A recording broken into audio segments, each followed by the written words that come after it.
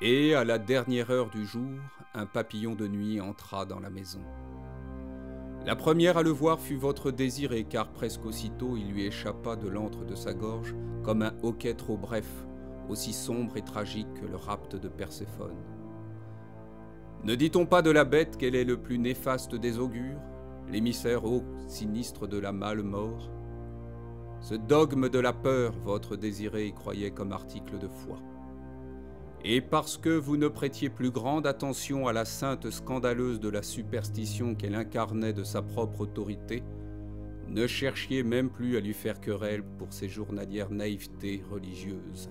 Longtemps votre intention avait été de l'en détourner. Elle ne redouta pas au demeurant de se mettre en prière.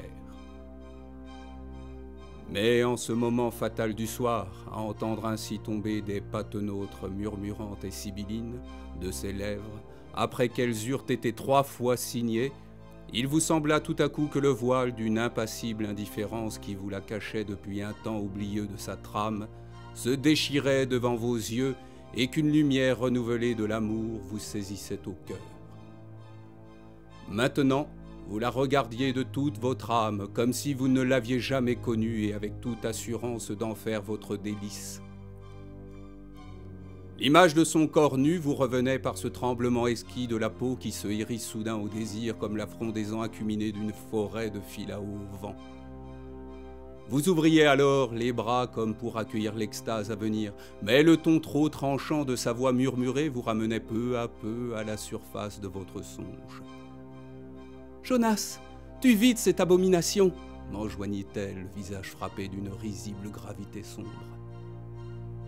Dès cet instant, quelque chose d'absurde qui avait passé dans son regard vous rappela à l'ennuyeuse normalité de ce mariage de la terre et du ciel auquel, trop jeune, vous aviez consenti seulement parce qu'elle était déjà grosse d'un enfant qui ne naîtra pas, mais ça, vous ne pouviez pas le savoir, par fidélité à une éducation distinguée, une morale familiale souveraine et au surplus par humanisme.